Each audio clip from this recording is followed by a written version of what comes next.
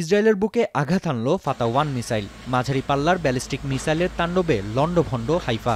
ইসরায়েলের বন্দরনগরী ছাড়াও রাজধানী তেল আবিবও ইরানের হামলার শিকার। মোসাদের অপারেশন প্ল্যানিং সেন্টারের পাশাপাশি ক্ষতিগ্রস্ত হয়েছে আইডিএফের সামরিক স্থাপনা। ইতোমধ্যে সাম্প্রতিক সময়ের সবচেয়ে শক্তিশালী হামলা চালানোর প্রস্তুতি নেওয়া হচ্ছে বলে জানিয়েছে আইআরজিসি। শিগগিরই ইসরায়েল পরাজয়ের মুখ দেখবে বলে জানিয়েছেন ইরানের প্রতিরক্ষা মন্ত্রণালয়ের মুখপাত্র।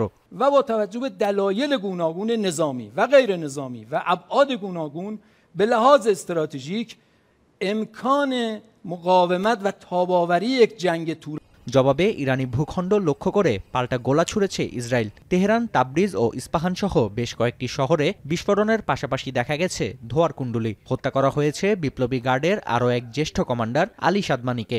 এমন পরিস্থিতিতে ইরানের সর্বোচ্চ ধর্মীয় নেতা আয়াতুল্লাহ আলী খামেনির পরিণতি সাদ্দাম হোসেনের মতো হতে পারে বলে হুঁশিয়ারি দিয়েছেন ইসরায়েলের প্রতিরক্ষামন্ত্রী। Hire Google TV, endless color, smart living. אני מזהיר את הדיקטטור האיראני מהמשך ביצוע פשעי מלחמה וירי טילים לעבר אזרחי ישראל.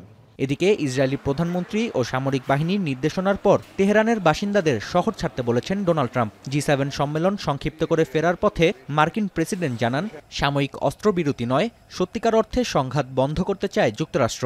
পাশাপাশি উত্তেজনা প্রশমনে ভাইস প্রেসিডেন্ট ও মধ্যপ্রাচ্য বিষয়ক বিশেষ দূতকে তেহরানে পাঠানোর পরিকল্পনা চলছে বলেও জানান তিনি।